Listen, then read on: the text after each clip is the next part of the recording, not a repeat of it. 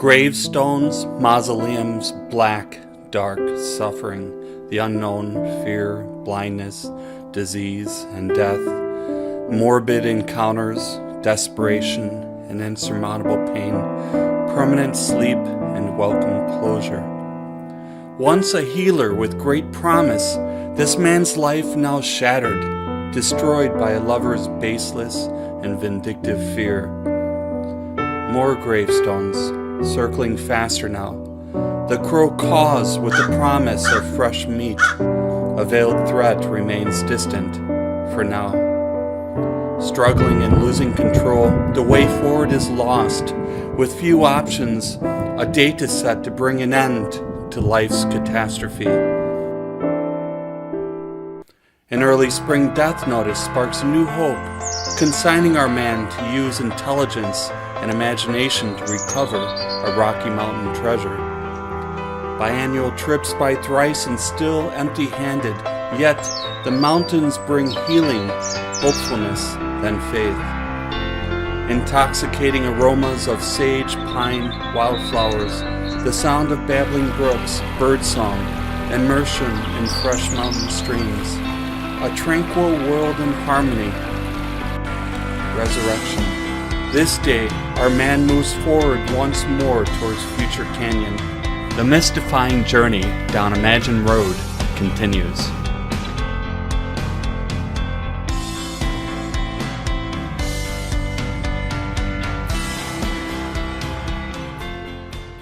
I think somebody's going to find the treasure. I don't know when, but if nobody ever finds it, as the decades go on, well, eventually somebody's going to find that treasure.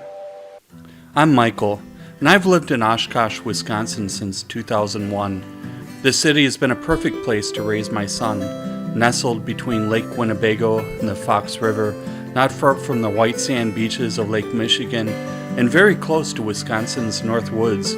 Living here has allowed me to get out and really enjoy Mother Nature. Still, the Rocky Mountains have always beckoned me, and the treasure hunt gave me a chance to return there. As I look back on my last trip in June of 2020, a warm smile chases away any shadow of bitterness. You see, even though I didn't find a pot of gold at the end of my rainbow, I found a far more valuable treasure, and it has been life-changing. This is my story. So it's about 6:30 and I've hit Madison. I'm on track to make it to Dubuque by probably about 7:30, maybe 8 o'clock. I have a lot of driving to do today, so I have about 12 hours of driving to hit Wichita, where I'll spend the night. Years ago, I loved taking long road trips on my own throughout the US and Canada. I'm sure it was a wanderlust, seeded by my family's globe-trotting adventures throughout Europe when I was a boy. There's something about being on the road that is still exhilarating and exciting. Now in my 50s, the feelings all come flooding back, and I'm always anxious to have new experiences. Few things thrill me like crossing the Mississippi River. Thoughts of Huck Finn and Jim come to mind, paddling downriver on their raft to an isolated island for great adventures.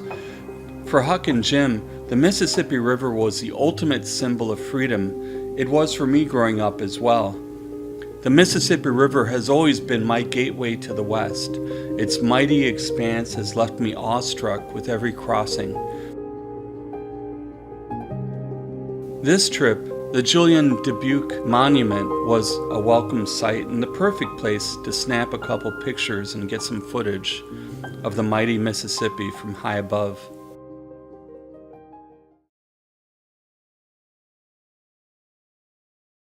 In 1997, I spent time as a contemplative monk at the Order of Julian of Norwich, an Episcopal monastery in Wisconsin.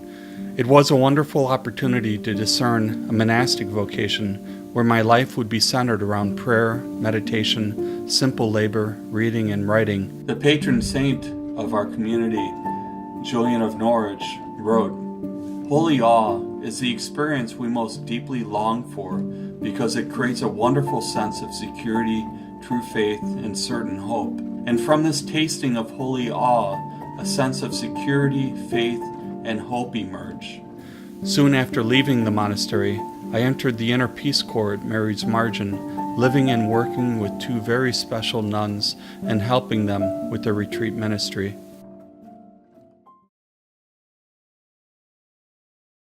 The majority of my preparation hikes for each search trip were on the Ice Age and Raven trails, two very special trails that have served as sanctuaries for the past 30 years.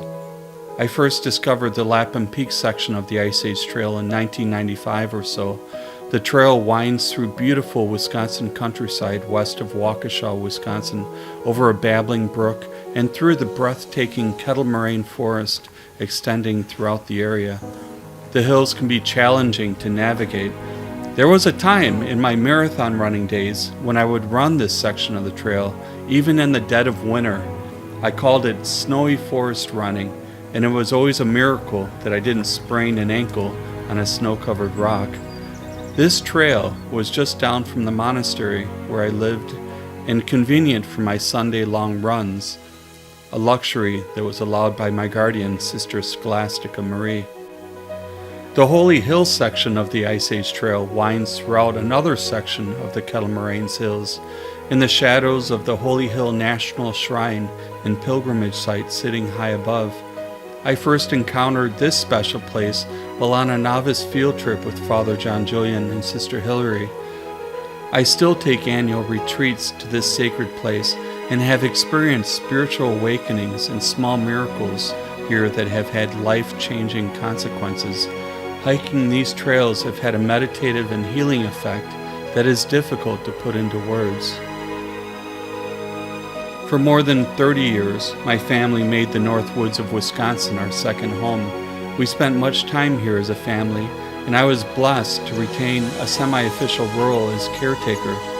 During times of stress or life difficulty, I would retreat to our cabin overlooking Fenn Lake and bask in the sound of the wind whistling through the evergreen forest and waves crashing to shore.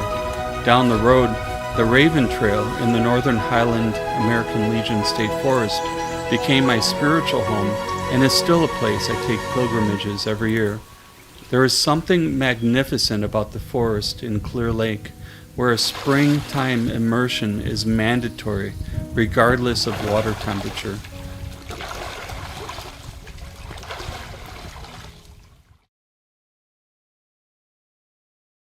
After driving for 12 hours, I reached my hotel room in Wichita and went to explore the city's most famous landmark at the confluence of the Arkansas and Little Arkansas rivers, the Keeper of the Plains. The statue was erected to celebrate the bicentennial and represents the brotherhood of all Native Americans and the confluence of all the communities of the plains. I enjoyed watching a spear fisherman work his magic. Wow, I had a great night's sleep. Now I'm taking it's the last leg of the trip to Las Vegas, New Mexico. According to Forrest, all you needed to find the treasure was the poem in his book, The Thrill of the Chase. As I have gone alone in there, and with my treasures bold, I can keep my secret where, and hint of riches new and old. Begin it where warm waters halt, and take it in the canyon down. Not far, but too far to walk, put in below the home of Brown. From there it's no place for the meek, the end is ever drawing nigh. There'll be no paddle up your creek, just heavy loads and water high. If you've been wise and found a blaze, look quickly down your quest to cease.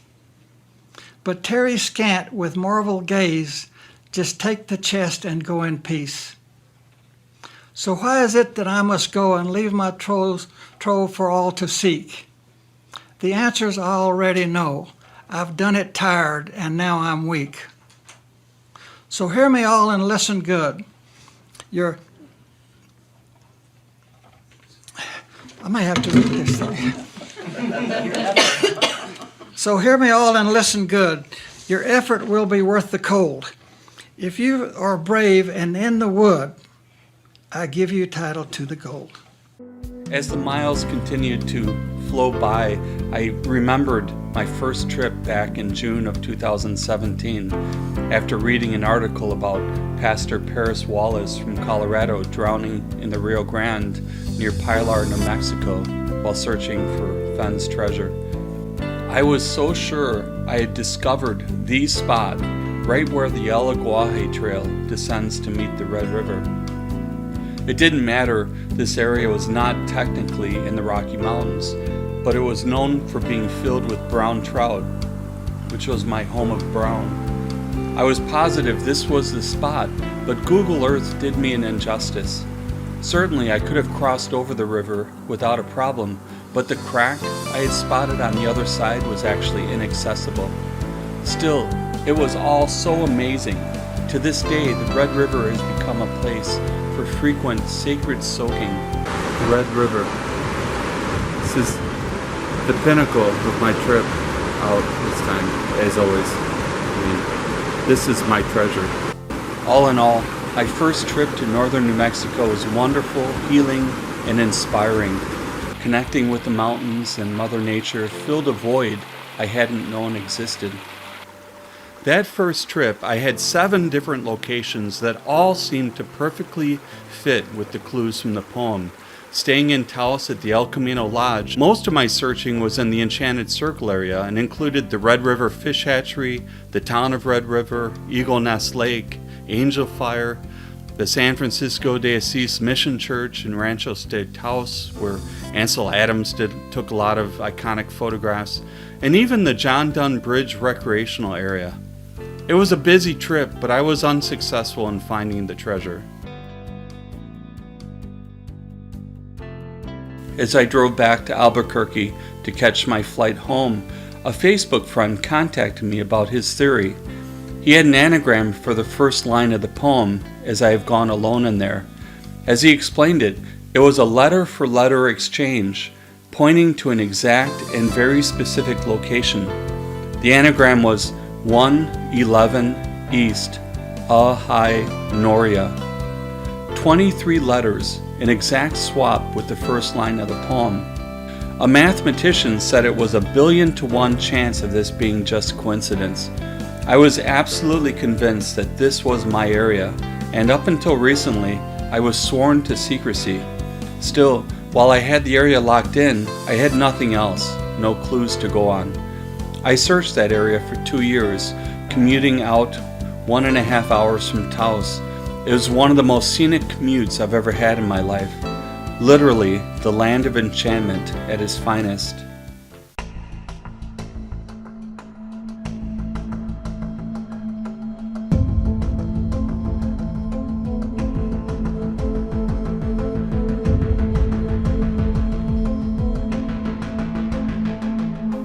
On my next trip out in September of 2017, I really started searching this area in the Tusis Mountains north of Vallecitos. My friend had everything laid out perfectly, and I was able to use this GPS on my smartphone to navigate up the Forrest Road into the tank, which was actually a reservoir that was used for watering cattle. Most times, the watering hole was completely dried up, but there was always hoof prints visible in the mud. Cows hanging out in the riverbed too, some with horns. I made it to the Noria tank. It's filled with water. It looks beautiful. I don't see any cows around, but I'm going to be now going down to a secret spot. From the watering hole, there ran a small stream to a large granite rock formation that rose high up in the air. I traced where the stream entered the rock cavern and dropped down a couple hundred feet to a wooded area below. During my first trip to Noria, I focused my search to this higher section, checking behind every boulder and under every stone and crevice. In subsequent trips, I climbed down the granite wall. I even got stuck there at one point, which was a little scary because there was no one for a long distance. The key was to marry the clues to the location. So it wasn't until my third visit that I had a good plan, a potential solve as we call it. Winters were always a good time for further developing my solves. As it worked out, where Warm Water's halt was the Noria tank itself. Taken in the canyon down referred to following the stream into the woods below. Put in below the home of Brown meant getting down into the woods, beneath where the cows grazed. And the cows, it all came down to, for me, a chapter in Forrest's book called Bessie and Me, where he talked lovingly about his cow named Bessie. Following the stream bed was definitely not for the meek, especially considering that a mountain lion might be stalking me. The next part of it involved determining if I should go left or right at the fork, upstream or downstream. The line in the poem was, "There'll be no paddle up your creek." And so initially I went downstream, but then I thought maybe he was giving a misdirection on purpose, so then I went upstream. So I ended up going both ways. There was no blaze that stuck out after extensive searching. But I did discover the effects of dehydration firsthand, as there were fires throughout the area that year. In fact, the entire 1.5 million acres of the Santa Fe National Forest was closed. The forest where I was, the Carson National Forest, closed just a few days after I left. Nosebleeds and constipation were common that trip. After 2 search visits, I found I could hike in from below and avoid having to drive up the steep washboard mountain road, meaning I didn't have to rent a 4-wheel drive vehicle. It was easier and more practical. Hours of time in and around the dried up stream bed revealed no hints or clues, but I did capture some outstanding pictures, and the smell of pinyon was heavenly. While it was all incredible, being out in a wilderness area far, far away from any civilization, my search efforts were fruitless, and eventually I realized I needed to move on.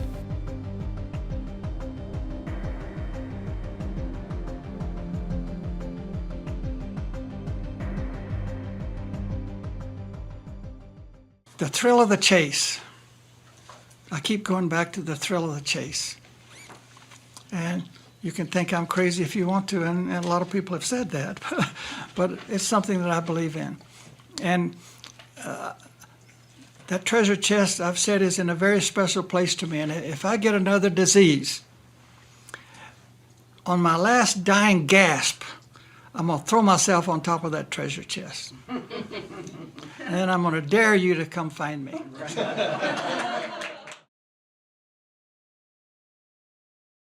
After driving 1,273 miles over 2 days, the final 500 miles being mostly backcountry roads, I reached my destination. Las Vegas, New Mexico had become my home base after I gave up on the Noria tank officially in June of 2019, and the history of the place was amazing. Jesse James, Doc Holliday, the Harvey Hotels, the Santa Fe Trail.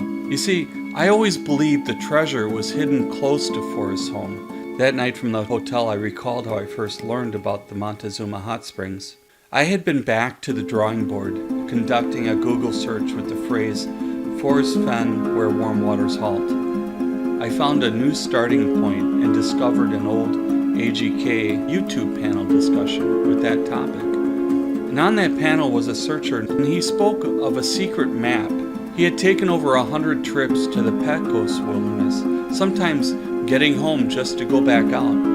Well, I found the old map online and started exploring the beautiful area in Forrest's backyard. Soon, I zeroed in on the map labeled Hot Springs, just to the west of Montezuma, New Mexico. And as I further explored the area, I realized how much history Montezuma and Las Vegas had. I was completely convinced that the correct where warm waters halt had to have some type of historical significance. And so Montezuma, with the Harvey Hotel and all of its rich history, made me feel this was the right place. My name is Jesse Benavides, born and raised here in Montezuma, New Mexico. Seen a lot of history here, heard of a lot of history. My ancestors had lived here since the Ice Age, when we used to harvest ice before refrigerators. This place was known for hauling ice for ice boxes all over New Mexico, all the way down to Las Cruces.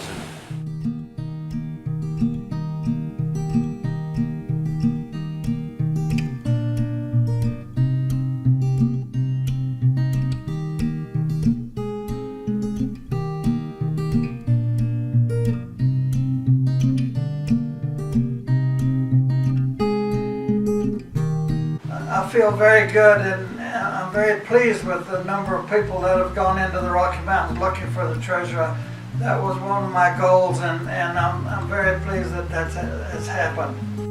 In his interviews and in his book, The Thrill of the Chase, Forrest talked about winning his prized silver bracelet in a pool game with Byron Harvey. And I was confident there was a link with the Harvey hotels.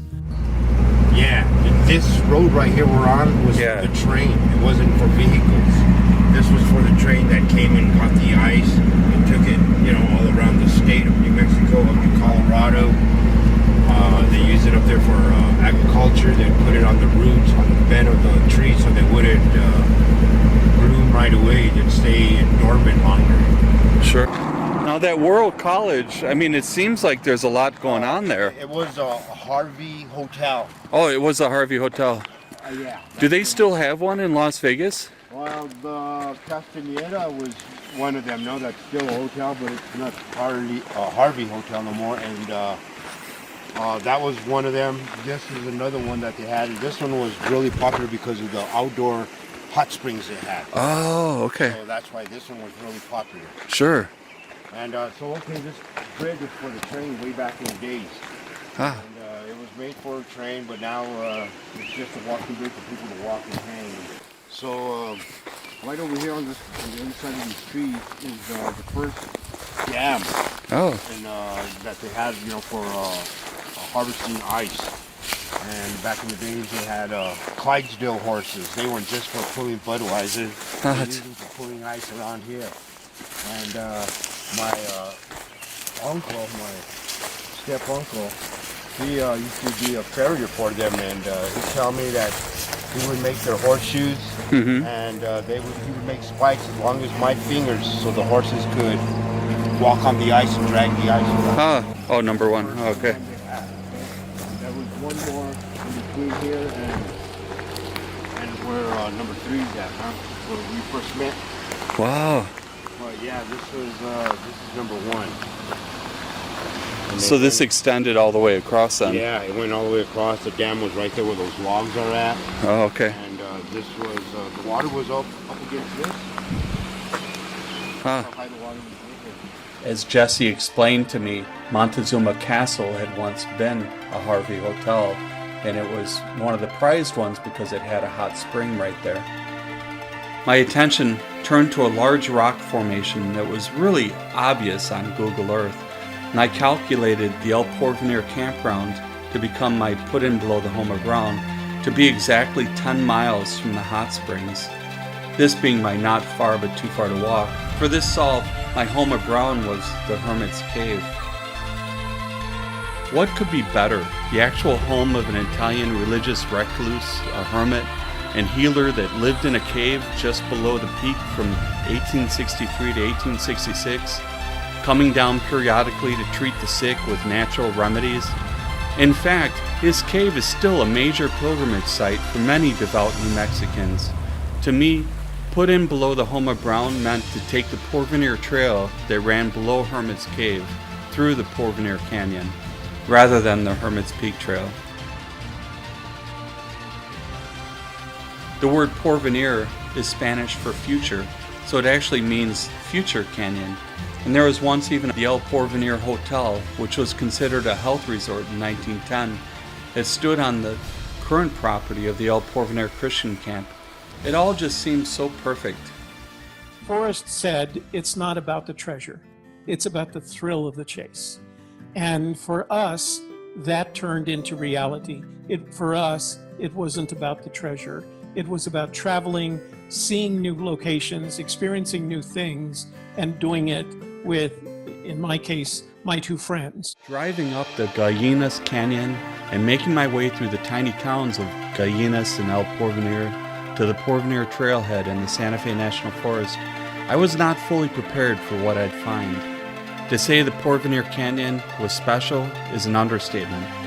After all, I had grown up visiting my relatives frequently in Colorado and even called Bergen Peak outside of Evergreen my spiritual home for years. Who could forget the winter train trips I took with my older brothers in 78 and 79 to ski the slopes? This was different. From the moment I stepped foot on this heavenly trail, I was anointed. The scales fell from my eyes, restoring my clouded vision. The intoxicating air, fresh and pine-scented, left me giddy and jubilant. The sound of birdsong, the wind blowing through the trees, whispering ancient secrets, all of it awakened my spirit. It was as if the hermit monk had come down from his cave to breathe new life into me.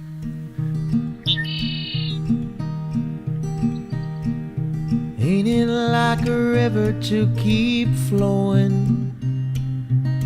Ain't it like the meek to find the strength to keep on going when it seems that justice just don't bend? Ain't it like a winding river, my old friend? Ain't it like a mountain to stand tall? Ain't it like the downtrodden to rise after they fall, when the climb up top don't seem to end? Ain't it like the highest mountain, my old friend? Ain't the roads to freedom rougher than they seem? Don't the plans for peace begin with just one dream? Ain't it like the wind to keep on blowing? Ain't it like the voiceless to find the words to make it known, when you think the message can't transcend? Ain't it like the howling wind, my old friend? Ain't it just like an ocean? Ain't it like a mountain? Ain't it like a river, my old friend? The treasure hunt was just an excuse to get out into the forest, to get out in the mountains and to hike and to fish and to spend time with friends. Healing became a significant theme in my solve, which fit perfectly with Forrest's cancer remission. Maybe Forrest had taken a pilgrimage to the top of Hermit's Cave, decided he would hide his treasure and his bones on the banks of El Cielo Mountain, which is Spanish for the heavens. Over the course of 3 search trips, I explored several stream beds along Beaver Creek in the Porvenir Canyon, finally deciding the waterfall at 1.5 miles out, where the public land began, had to have some significance. Back in June, Forrest Fenn announced his treasure chest was found by a man back east. Later, he said it was found in Wyoming. Other than that, little is known about the finder or the solution for a Rocky Mountain treasure that had been sought by thousands of searchers for almost 10 years. For many, there's a lingering discontent. Some feel outright cheated, not knowing for certain if they had any of the poem's 9 clues correct, or even if there ever was a treasure chest to find. Here's what I realized on my final hike in the Porvenir Canyon. The real treasure was a spiritual awakening I had undergone at the hands of succumbing, surrendering to the immense and total beauty of God's creation. It was the holy awe, reverently marveling, that transformed my life. No longer being afraid of the future, I was free to live in the moment. My life was completely changed as a result of the chase. Not all at once, but over time. And it wasn't all about the Porvenir Canyon either.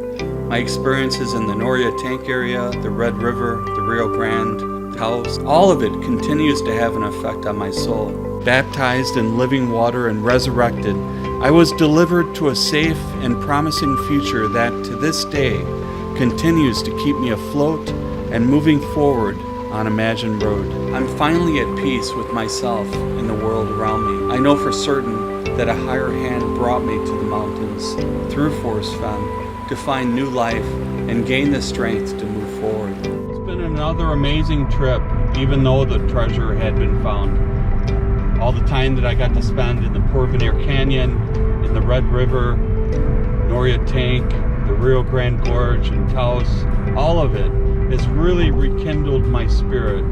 This has been the real treasure for me. Much more valuable than a chest full of gold. As I cross back over the Mississippi River, I am finally home. On September 7th, Forrest passed away in his Santa Fe home surrounded by his family. The day before, I had sent him an email to line up an interview for my planned trip. Earlier in the summer, he asked me to contact him as my visit came closer. And when I did, he replied to me on September 6th, saying that he could no longer do live interviews but was willing to answer my emailed questions. So I sent Forrest 3 questions on the 7th, but they were never answered. One of them asked how he had passed down his values and beliefs to his children and grandchildren. And while Forrest did not answer my questions directly, I came across a video that Cynthia Meacham had put together. Educating Artie, and you did the stick figures, yes? By Forrest, Fenn, and Artie. I won't say this. And then I am Willie. Oh my gosh, this is so awesome. Forrest says, Artie, please put your boots on and let's go hiking in the mountains. You can learn so much, and maybe we can see some animals. There are more than 60 kinds of mammals in the Rocky Mountains and over 280 species of birds. It will be fun for you to learn about them. Artie replies, but great grandpa, I'm just a little kid and I've never been in the mountains before. What is it like?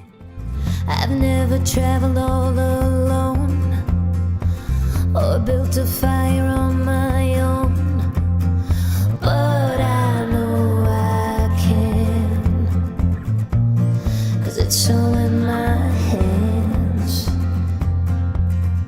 I'm gonna let this fire grow, learn what the world wants me to know, watch the embers glow.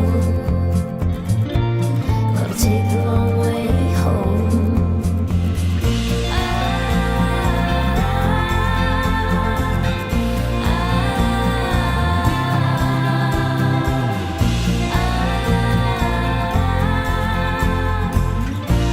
Gonna take the long way home. I've never been to Spain before.